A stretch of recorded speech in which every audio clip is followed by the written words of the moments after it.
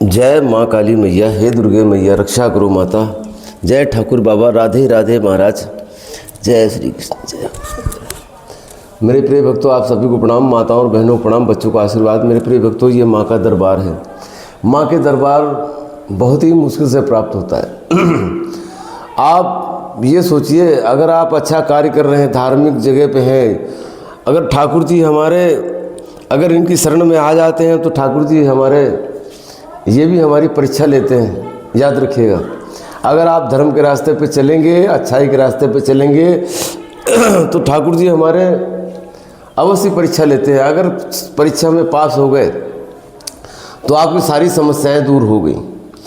मगर दोस्त, बहुत कठिन परीक्षाएं आती हैं, इसमें हमें बहुत ही मुसीबत, परेशानियां, कठिनाइयां अवश्य झेलनी पड़ती है। ये हमारे प्रभु ठाकुर जी ही करते हैं माँ भगवती दरबार में, क्योंकि सच्चाई के रास्ते पे चलने के लिए बहुत सी परेशानियां उठानी पड़ती हैं। मगर हमें घबराना नहीं दोस्तों, हमें सच्चाई का साथ नहीं छोड़ना है।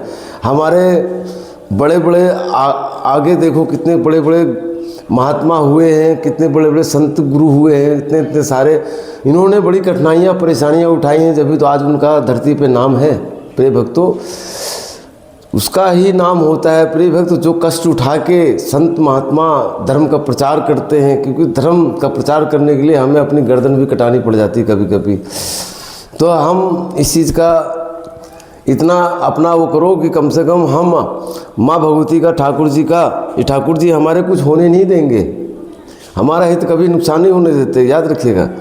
मगर हमें परेशानियों से घबराना नहीं है, परेशानियों से कभी भी हार नहीं माननी है।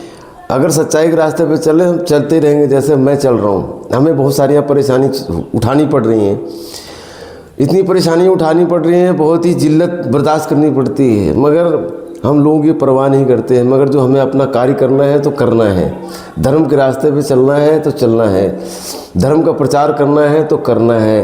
क्योंकि दान किसी तरह से भी किया जाता है, धन दान, अन्न दान और समय दान, ज्ञान दान। आप दान, बहुत सारी चीज़ें आप दान कर सकते हैं।